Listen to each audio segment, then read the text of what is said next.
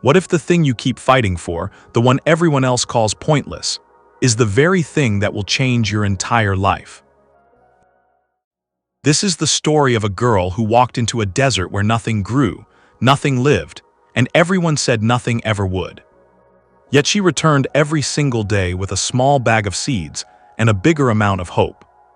And what she discovered in that empty land is the reason you will never look at persistence the same way again. Because this story is not really about seeds. It is about the one moment in your life when you must decide if you will walk away or show up one more time. The desert stretched farther than the eye could see, hot, harsh, silent, the kind of silence that almost sounds like a warning. No one went there unless they had to. No one stayed there unless they had lost their way. And absolutely no one tried to grow anything there. Except for a girl named Lina. She was small, barely 12, with hair always tied up in a messy braid, and shoes that had way too many holes to be called shoes. Every morning, she picked up a bag of seeds her father had given her years ago, and she went straight into the desert. People in the village whispered about her. "What is she doing? She is wasting her time. Nothing grows there, it never has." They were right. The desert had swallowed trees, farms, crops, dreams. It was the cruel kind of land that gave nothing back. But Lina had a promise. And promises can be heavier than water, heavier than food, heavier than fear. When Lina was younger, her father used to tell her, "Every living thing in this world is waiting for one person brave enough to give it a chance." He believed the desert was not dead, just sleeping. 1 year later, he got sick, and in the quiet moment before he left, he repeated the same line, the same hope, the same impossible dream. So Lina did not return to the desert because she wanted to grow something. She returned because she had decided she would not be the kind of person who gave up on a promise. But wanting to do something and seeing results are two very different things. On the first day, she dug a tiny hole. On the second day, she planted one seed. On the third day, she watered that seed with a bottle she carried from home. And nothing happened. No sprout, no leaf, not even a hint of green. The sun burned her skin, the wind slapped her face. Sand covered her footprints so fast that it looked like she had never been there at all. She tried again the next day, then the next, then the next. Still nothing. The desert looked exactly the same, and for most people, if you do not see change, you stop trying. The desert was a perfect example of that. It gave Lina every possible reason to quit. But every morning she returned, because she had noticed something everyone else missed. The desert changed, not much, but a little.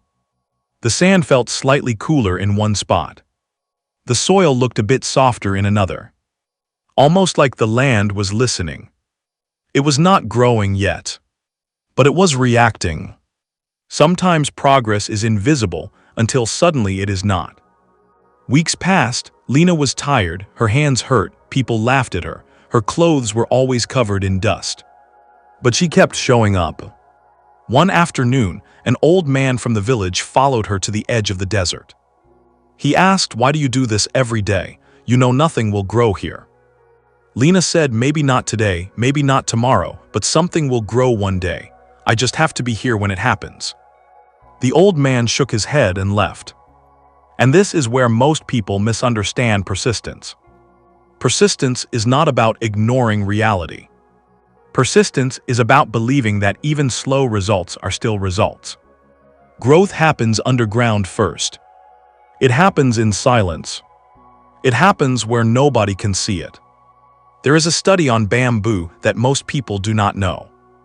When bamboo is planted, nothing grows above the ground for almost 5 years. But beneath the soil, the roots are getting stronger, deeper, wider. And then one day, it shoots up 60 feet in just a few weeks. The desert was Lina's bamboo. But just when it seemed like things were finally shifting, the first real test arrived. A sandstorm. Not a light one. Not a gentle one. But the kind that turns the sky dark and the ground into a giant moving wave. It lasted the entire night. By morning, the desert had swallowed everything Lina had done. Her seeds were buried, her water bottles were gone, her small plots were erased like they never existed. Anyone else would have left. Anyone else would have said, "The desert won." But Lina returned anyway. And this time, something inside her changed. She realized she had been trying to force the desert to grow on her timeline. But the desert had its own timeline. So she listened, she studied the land. She figured out that the ground was softer near the old riverbed. She learned where the wind blew strongest and where it barely touched. She discovered that some shadows lasted longer than others. Persistence is not doing the same thing over and over. Persistence is adjusting without quitting. That is what Lina did. She moved her planting spot. She dug deeper holes. She built tiny barriers of rocks to protect the seeds from the wind. She carried more water. She planted in small groups instead of single seeds. It still looked like nothing was working. But beneath her feet, something was happening.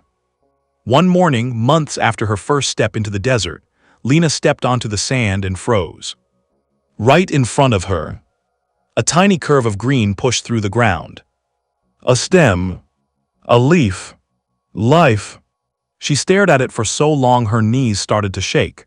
She touched it gently, afraid it would disappear. She ran back to the village shouting, "It grew, it grew." The villagers followed her, expecting to see a miracle. But when they arrived, they saw only a small, fragile sprout. One man said, "That is it." A woman laughed, "You spent months for this." Another shrugged, "It will die by tomorrow."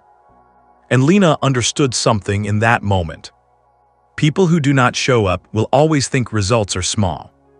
People who never try will always think progress is meaningless. But she had earned that sprout. It was the proof she had waited for. So she kept going. Day after day, more green spots began to appear, slowly at first, then faster. The land was waking up.